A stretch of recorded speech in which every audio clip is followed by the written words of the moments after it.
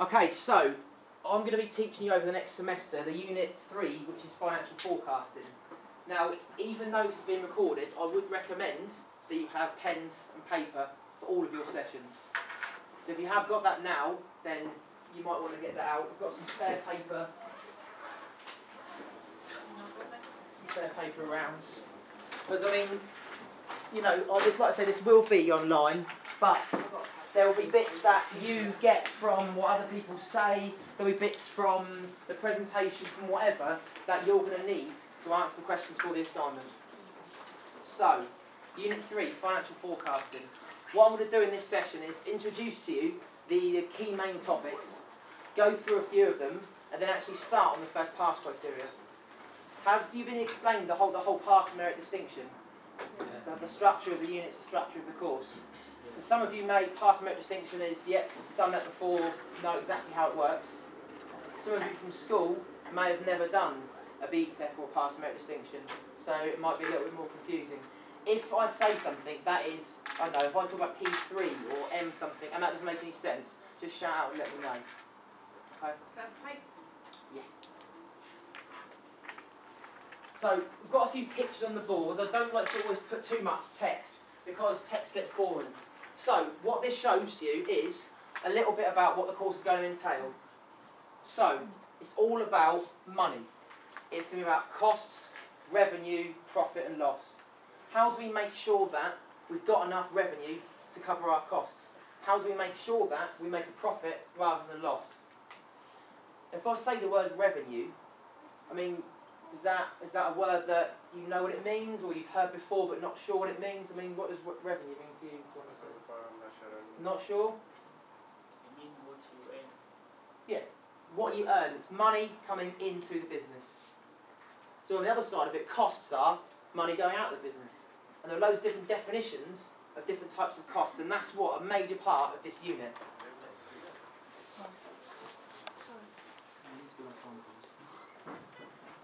One of the major aspects, the whole point in business is first of all to break even. There's no point in making a loss. You can make a loss in the short run, but in the long run you're not going to survive. When I say break even, that means your revenue is the same as your costs. What we're doing is we're introducing Unit 3. So if you want to grab some paper, and it's been recorded. So if you don't get it, it will be available to you at a later date. I've put comment up there because all the assignments, all the work will be based around real scenarios. It's not going to be all theoretical. It's going to be based around the real business, a local business, a multinational business that you're going to have to work out their costs for, you're going to have to look at their financial statements, and you're going to have to tell me whether you think they are a good or bad business. Looking at their break-even chart, looking at their cash flow forecasts, profit and loss accounts. Now some of these words may seem a little bit foreign to you at the moment. Don't worry, all I'm doing is introducing you to the key terms so that you know, it starts to make sense in your minds. What you've got there is an example of a break-even chart. Some people may recognise it, some people might not. That's fine. You will, during this unit, find out how to draw one of those on paper and also complete one on a computer. Okay. Cash flow forecasts. So how much money do we predict we're going to make in the next year? Why do you think maybe a cash flow forecast is important? Anyone? If it's predicting what you think you're going to make in the next year, why would a business produce one?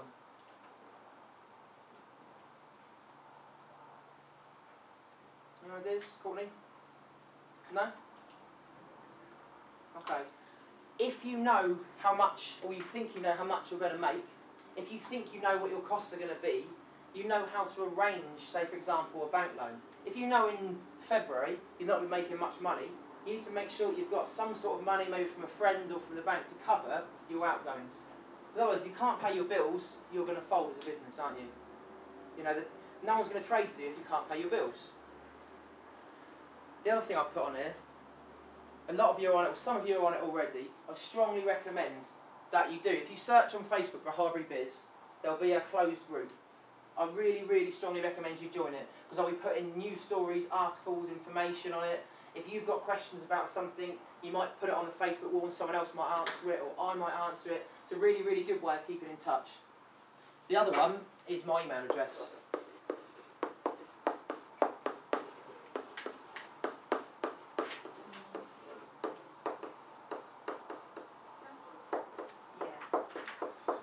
Okay, if you can read that.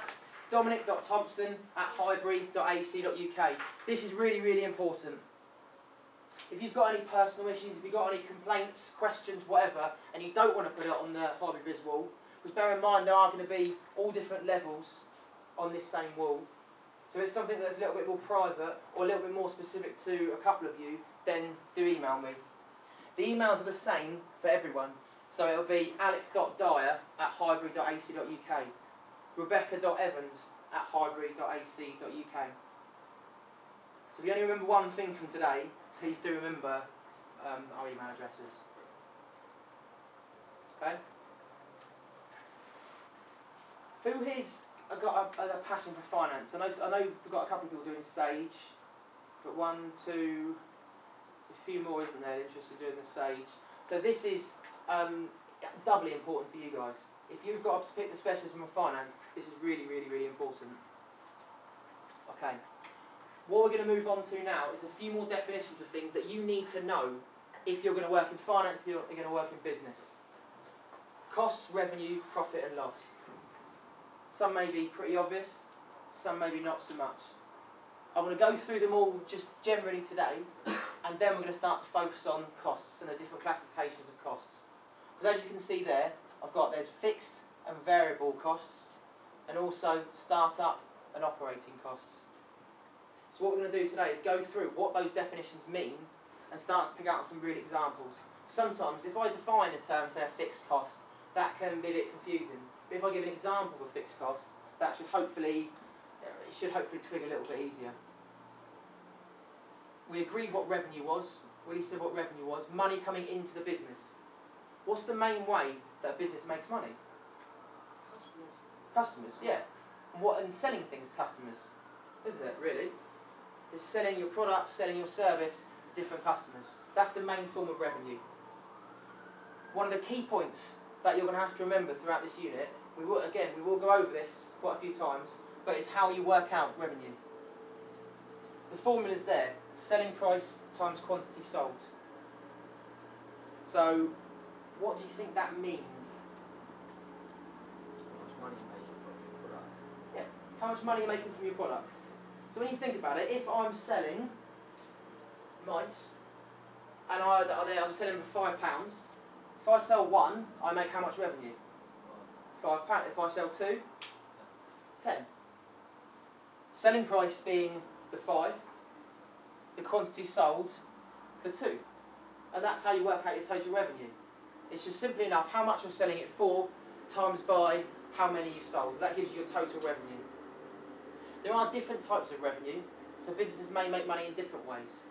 So if I said sponsorship, I think you did a bit before with Alec in promoting and branding. If I said sponsorship, one of you guys, what does the word sponsorship mean? What is it to sponsor something? To make more people know what it is. Say one person sponsored it, more people would hear from it because they're being sponsored. Being sponsored by who, would you say? Who kind of sponsors things? Companies. Companies. So when you see maybe a TV advert, For McDonald's sponsoring the Olympics. there we go. McDonald's sponsoring the Olympics. I think that's quite ironic, isn't it, really? Well, it is, do you not think? It's a fast food company, one of the most unhealthy things around, sponsoring being healthy. I did put something on those of you that are on the Facebook already, I did put an article on there about, I think it's India, McDonald's are opening purely vegetarian branches. I mean, do you go to a McDonald's to have a salad? No. It seems kind of backwards, doesn't it? If you want a salad, don't go to McDonald's. But there we go. They banned from Bolivia. Been banned? What, McDonald's? Yeah, McDonald's. Why is that? They have until the end of this year to close all the shops, because the president said it's unhealthy food is be bad for the population. Then Because it's unhealthy, It's very unhealthy, yeah. Oh. Very extreme, of course, but the decision to ban McDonald's. Who drinks energy drinks here? I mean, I do. Drink either Red Bull or the little 35p ones you can get from the shop around the corner. If you're not feeling too flush with money, you get 35p ones. They're banned in most of Europe. Most of Europe don't sell energy drinks because they say it's unhealthy. Is that right or wrong? We can drink them, but in another country, and there you go. There's an example. You know, McDonald's is banned in another country. Can you imagine it was McDonald's banned in the UK? There'd be uproar, I thought. You're skinnier people. What do you reckon? Do you think there would be though? I don't know. If it's not McDonald's, it's your fish and chip shop or your Domino's Pizza or your Burger King, KFC, it's whatever. If you want to eat unhealthy, I think you've got the option. Anyway, the whole point, as I said, in business is to make a profit. So to make a profit, what must be greater, revenue or costs? Revenue. That's pretty much it. To make a profit, your revenue must be greater than your costs. Sounds obvious, but you need to make more money. More money needs to be coming in than going out. Yeah?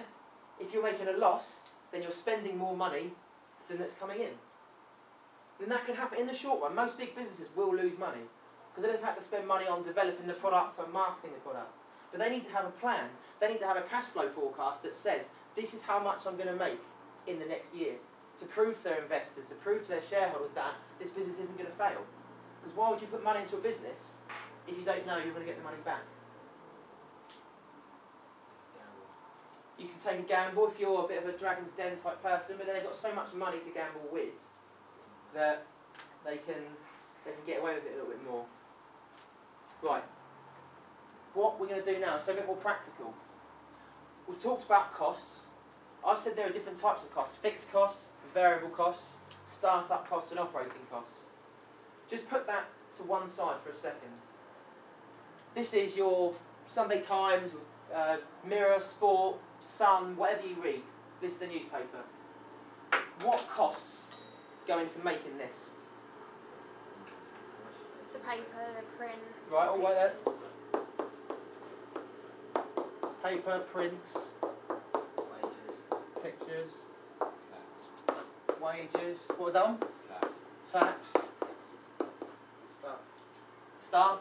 So the wages. How can we can that be split down a little bit further? So you've got staff. You've got staff that work at the newspaper day in, day out. But who else might you have? Editors. Yeah, editors, reporters. Yeah. Delivery. Right. These are all quite production based, aren't they? Right. Okay, good. Do excuse my writing, it's awful. That is electricity, in case you're wondering. What else? How do people find out this paper exists? Advertisement. How else do they? Remember, that's only one part of marketing, isn't it? How else can you find out something exists? What other types of marketing are there? Website. Okay. So someone needs to create that, someone needs to maintain it, it needs to be hosted somewhere. Media. Pardon? By media as well. Media. Yeah. So yes, that would be, you've got your different types of adverts, yeah. But think about, Sponsor. right, good. How are we getting this from place to place? How are we getting the newspapers to the shops?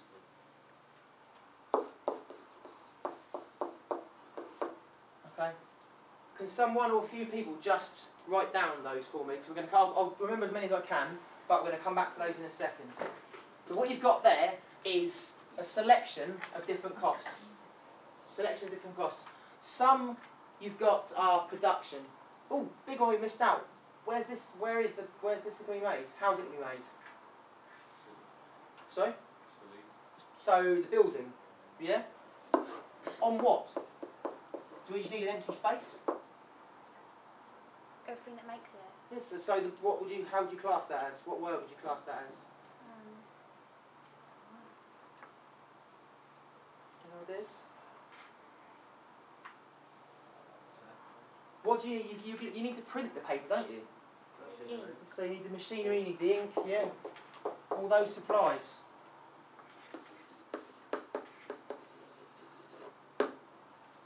So you've got different types of costs there. Some are transport costs.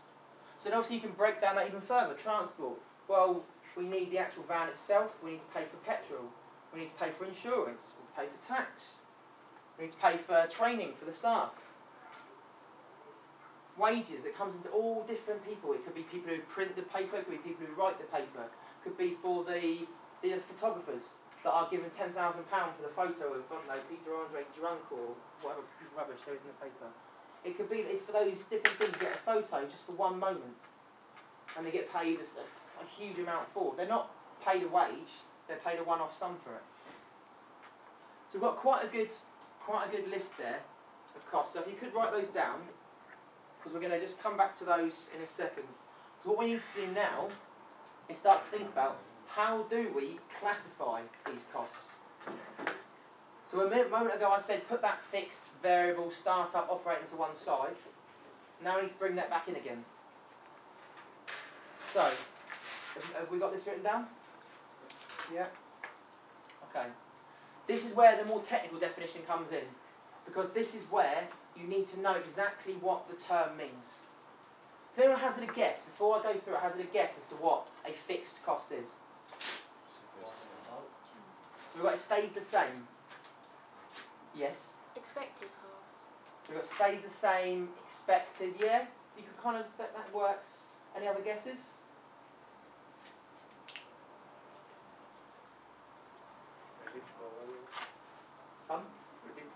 Predictable. Okay. It is a fixed cost.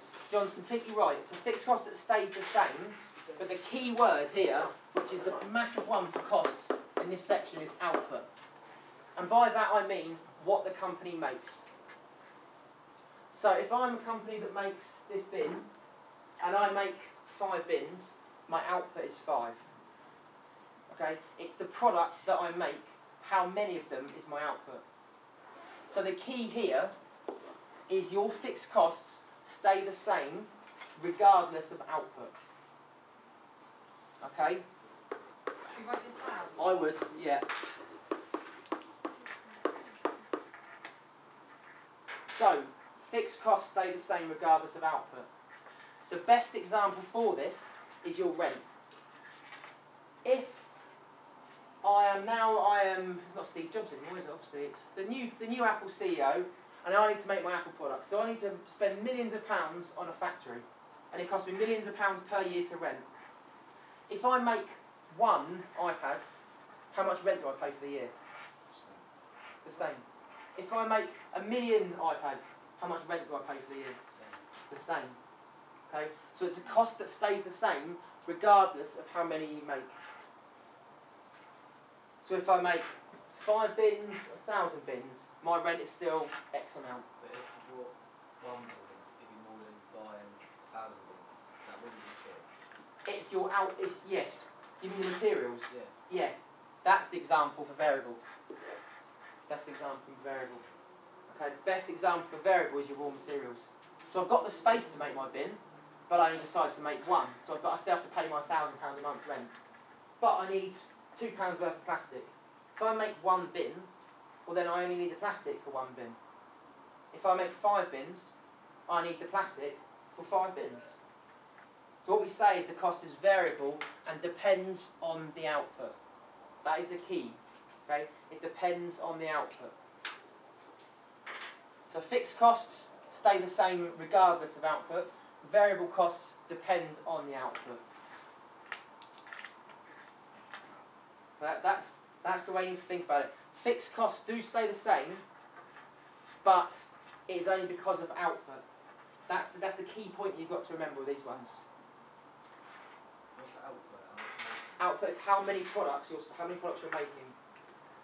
How many products you're making. The output of the business. So like I say, it's 5 bins, 100 iPads, whatever. It's how many products you're making in any given period of time.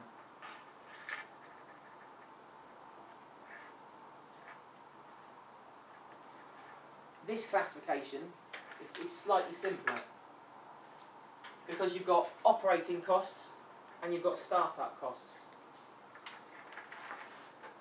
Using the definitions of the words, what do we think? How do these costs get defined? What do these words mean? How they work, operating, Pardon? how it works, Say again? how it works. How it works? Yeah, What do you mean? operating startup cost. So operating is How your business runs. operating as it continuing. Okay? Operating is continuing. Startup then must be the beginning. Yeah, one off. So for example, machinery, where would that go? Operating. Oh, wait there. Okay, so Right. we've got one each. We've got one each. Why did you say operating? Because you might need machinery for what line of business you go into. Okay, so you might need machinery for your business. Yeah. But you're only going to buy it once because so it'll be a start-up cost. Machinery is probably the best example of start-up costs. If you need to make one of something at the beginning, you need that machine. You must have it at the start of your business. What about rent? Operating. So why operating? Because it's continuous. Because you pay them up. Yeah. It's as simple as that. So your start-up costs you pay at the start of the business, when the business starts up. Your operating costs are ongoing. You pay it maybe every month, it might be every hour, it might be every week, but they're ongoing costs. So what we very quickly run through is the definition of fixed cost, definition of variable, the definition of operating, and the definition of startup. So what I'd like to do is test you guys. You've got a sheet. What I would like to do is list as many fixed, as many variable, as many operating, and as many startup costs. But this is for a retailer. So this is for a retailer. So don't just put generic ones. Try and narrow it down a bit. There are going to be some that are generic. So rent, that's still going to be there. The point to remember is every single thing you put down will appear in two boxes. So rent will be in fixed or variable and operating or startup. Alright, so you can try and work on your own starter, but then start to discuss as a group and see how many we can get.